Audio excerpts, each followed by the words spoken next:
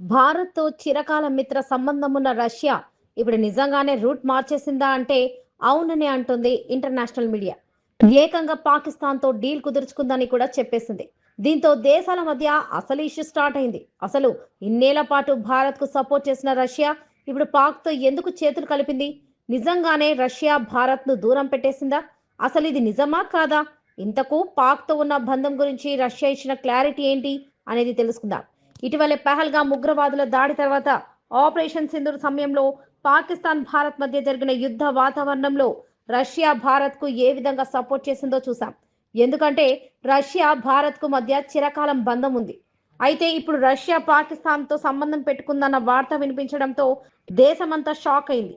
పైగా రష్యా పాకిస్తాన్ లో $2.6 బిలియన్ అంటే దాదాపు 22,000 కోట్ల విలువైన స్టీల్ మిల్లు ఏర్పాటు చేసిందని, దీంతో ఈ రెండు దేశాలు కలిసి ఈ ప్రాజెక్టును చేస్తున్నాయని జోరుగా వార్తలు వినిపించాయి. అయితే విషయం ఏంటంటే పాకిస్తాన్లోని కరాచీలో సోవియట్ యూనియన్ 70వ దశకంలో ఏర్పాటు చేసిన స్టీల్ మిల్ 2015లో మూతపడింది.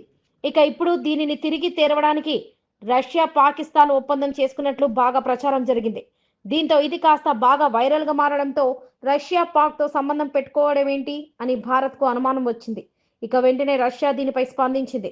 తాము పాకిస్తాన్తో ఎలాంటి ఒప్పందం తీసుకోలేదని, ఇదంతా ఫేక్ అని క్లారిటీ ఇచ్చింది. ఇదంతా ఒక కుట్ర అని, భారత్తో తమ బంధాన్ని దెబ్బతీసేందుకు చేస్తున్న ప్రయత్నం అని, అంతేకాని తమకు పాకిస్తాన్తో ఎలాంటి ఒప్పందాలు లేవని తెలిపింది.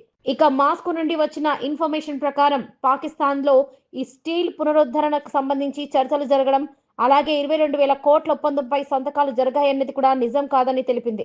ఇక భారత్లోని రష్యా రాయబారి అయినటువంటి డెనిస్ అలిపోవ్ కూడా ఇవన్నీ ఫేక్ అని తెలిపి ప్రధాని మోదీ నాయకత్వాన్ని ప్రశంసించాడు. పహల్గామ్ ఉగ్రదాడి వెనుక ఉన్నటువంటి దోషులను ట్రాక్ చేసి శిక్షించినందుకు ప్రశంసలు కురిపించారు. అంతేకాదు ప్రపంచంలో భారత్ ప్రధానమంత్రి నమ్మకంను అవమానించిన వారు ఎవరు లేరని అన్నారు. కొందరు కావాలనే తమ దేశాల మధ్య దూరం పెరగడానికి ఇలా చేస్తున్నారని, కానీ ఎప్పటికైనా భారత్ కు రష్యా సపోర్ట్ గా ఉంటుందని తెలిపారు.